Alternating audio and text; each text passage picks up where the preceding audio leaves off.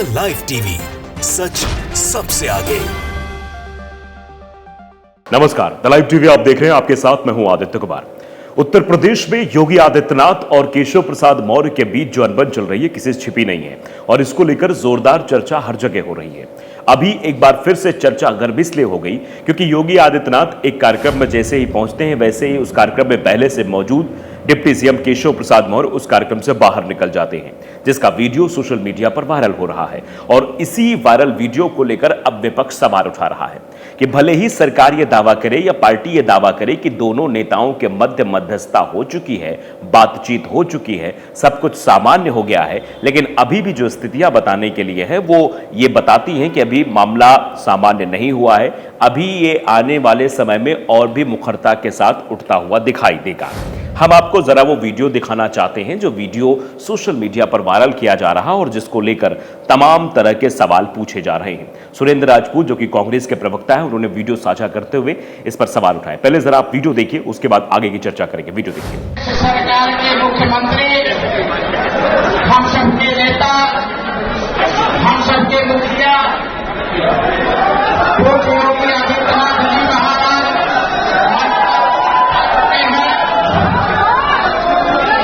आपने वीडियो देखा कि मंच का संचालक योगी आदित्यनाथ के मंच पर पधारने की घोषणा कर रहा है और उसी वक्त केशव प्रसाद मौर्य वहां से जाते हुए दिखाई दे रहे हैं। इसका सीधा मतलब है कि अभी भी इन दोनों नेताओं के बीच अनबन जारी है और लगातार ये एक दूसरे को काटने का प्रयास कर रहे हैं। आप जानते हैं जो भी चर्चाएं चल रही हैं। सुरेंद्र राजपूत ने सवाल भी पूछा है कि योगी जी के आते ही केशव जी भाग गए, भगा दिए गए या चले गए, कमेंट करके बताइएगा। यह सवाल पूछा जा रहा है कि वो अपनी मर्जी से वहां से निकलकर चले गए या फिर उन्हें वहां से भागने के लिए मजबूर कर दिया गया या भगाया गया। अब यह सवाल उत्तर प्रदेश की राजनीतिक गलियारों में चर्चा बन रहा है कि आखिरकार इस तरीके से केशव प्रसाद मौर्य ने क्यों किया। अब इसको लेकर सवाल है, लेकिन उससे पहले मैं एक आर्टिकल आपको दिखाता हूं। मनी कंट्रोल ने यह आर्टिकल लिखा है कि केशव प्रसाद मौर्य ने कहा, चुनाव पार्टी जीतती है, सरकार नहीं। सीएम योगी के आने से पहले बैठक से निकले डिप्टी सीएम। यह सवाल अब उठने लगा है और जो बात कही गई है, चुनाव पार्टी जीतती है यानी संगठन जीतता है जिसमें सरकार का कोई रोल नहीं होता, यानी योगी आदित्यनाथ का कोई रोल नहीं इस चुनाव में। शायद ये बात कहने की वो कोशिश कर रहे थे। केशव प्रसाद मौर्य ने कहा कि यह पार्टी जो चुनाव लड़ती है और जीतती है, सरकार की ताकत के आधार पर चुनाव नहीं जीता जाता।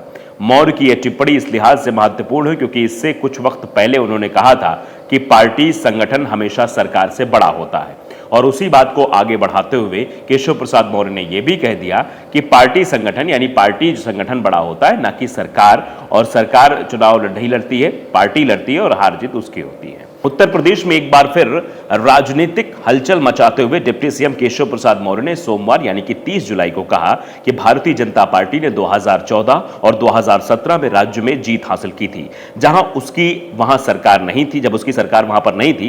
लेकिन 2024 में जब पार्टी की सरकार थी तो अति आत्मविश्वास के कारण उसे बड़ा झटका लगा।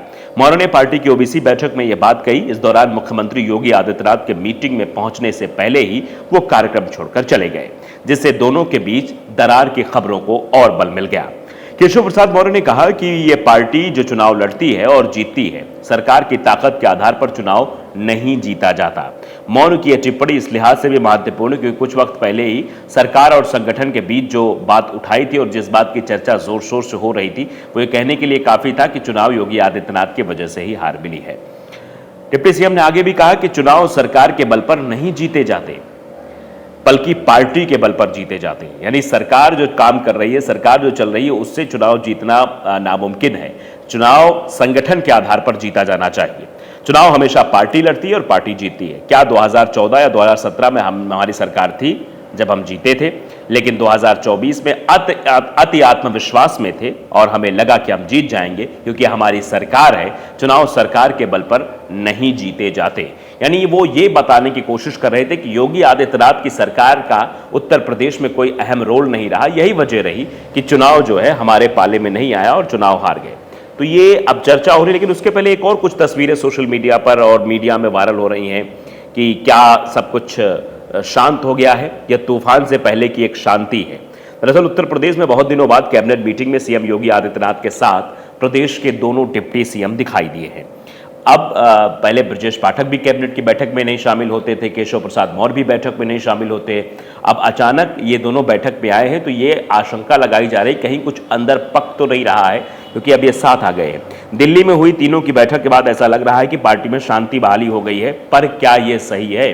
अगर इस बात पर हम माने कि दोनों नेता या दोनों डिप्टी सीएम इस बैठक में शामिल हुए हैं, तो फिर ये बात कैसे निकलकर सामने आ रही कि योगी आदित्यनाथ जिस कार्यक्रम में पहुंचते हैं, उस कार्यक्रम में पहुंचते ही वहां से केशव प्रसाद मौर्य उस कार्यक्रम से बाहर चले जाते हैं। यानी अभी ये तूफान जो है शांत नहीं हुआ। कह सकते हैं कि तूफान के पहले, जब बड़ा तूफान आना होता है तो उसके पहले एक शांति होती है, तो कहीं ये वो शांति तो नहीं दिखाई दे रही है। दोनों नेता कैबिनेट बैठक में शामिल हो रहे हैं, इसके बाद बड़ा तूफान आने वाला है।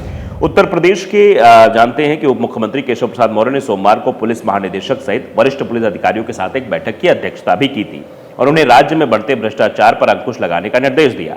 इतना ही नहीं, इस बैठक में तस्वीर के साथ प्रदेश के डिप्टी सीएम केशव प्रसाद मौर्य ने एक्स पर लिखा, मैंने विधान परिषद में मानसून सत्र के दौरान कानून व्यवस्था के संबंध में उत्तर प्रदेश के पुलिस महानिदेशक श्री प्रशांत कुमार और वरिष्ठ पुलिस अधिकारियों के साथ एक बैठक ली है। पुलिस स्टेशनों पर जनता की समस्याओं को प्राथमिकता के आधार पर हल करने, बढ़ते भ्रष्टाचार पर अंकुश लगाने के भी निर्देश दिए। साइबर अपराध की बढ़ती घटनाओं पर व्यापक रूप से अंकुश लगाने के प्रयास कर रहे हैं।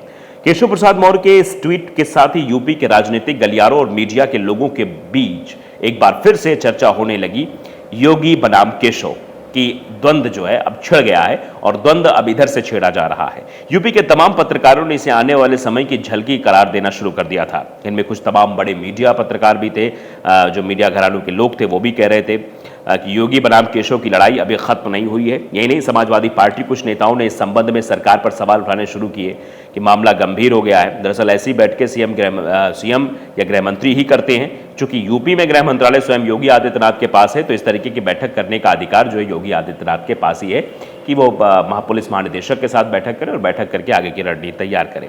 लेकिन अगर केशव प्रसाद मौर्य ये बैठक ले रहे हैं तो ये इसमें बिल्कुल भी शक नहीं किया जा सकता है कि अभी बहुत कुछ योगी आदित्यनाथ और केशव प्रसाद मौर्य के बीच होने वाला है। दरअसल आप जानते हैं, डीजीपी के साथ बैठक मुख्यमंत्री योगी आदित्यनाथ ही अभी तक लेते रहे हैं। अचानक डिप्टी सीएम केशव प्रसाद मौर्य कार्यवाहक डीजीपी और कई बड़े अफसरों के साथ अकेले बैठकर ये करते देखकर अफवाहों का ये बाजार जरूर गर्म हो गया है कि अब क्या पूरी कमान जो है वो केशव प्रसाद मौर्य अपने हाथों में लेना चाहते हैं। वो योगी आदित्यनाथ को साइड करने की पूरी कोशिश कर चुके हैं और अब उस कोशिश में वो अलग अलग चीजें करते हुए भी दिखाई दे रहे हैं। इस बीच विपक्ष ने भी मौर्य के शीर्ष पुलिस अधिकारियों के साथ बैठक को देखकर सीएम योगी आदित्यनाथ से स्पष्टीकरण की मांग भी कर दी। समाजवादी पार्टी के नेता और पूर्व मंत्री आईपी सिंह ने लिखा कि केशव प्रसाद मौर्य कैबिनेट मंत्री हैं, वो किस हैसियत से राज्य के शीर्ष पुलिस अधिकारियों के साथ बैठक कर रहे हैं। मुख्यमंत्री लाचार हैं, कोई भी कैबिनेट मंत्री अपने विभाग की बैठक कर सकता है, लेकिन राज्य के शीर्ष अधिकारियों की बैठक आयोजित करने का अधिकार केवल मुख्यमंत्री के पास सुरक्षित है और फिर या फिर गृह मंत्री कर सकता है। भाजपा सरकार ने उत्तर प्रदेश में अराजकता का माहौल पैदा कर दिया है। जिस प्रकार शक्तियां प्रधानमंत्री में निहित होती हैं, उसी प्रकार राज्य की शक्तियां मुख्यमंत्री में निहित होती हैं। कागजी उप मुख्यमंत्री कानून का दुरुपयोग कर रहे हैं। ऐसी तानाशाही से उत्तर प्रदेश का भला नहीं होगा। मुख्यमंत्री को इस पर अपना स्पष्टीकरण देना चाहिए। अब योगी आदित्यनाथ का इस पर क्या स्पष्टीकरण आएगा, लेकिन ये जरूर कहा जा सकता है कि अभी उत्तर प्रदेश में बहुत कुछ होने वाला है। अभी आप देखते जाइए, क्योंकि 10 सीटों के उपचुनाव के बाद बहुत कुछ बदल भी सकता है। द लाइव टीवी को अगर आपने सब्सक्राइब नहीं किया जरूर करिए, बेल आइकन दबाइए ताकि सच खबर आप तक पहुंचती रहे। नमस्कार। द लाइव टीवी, सच सबसे आगे।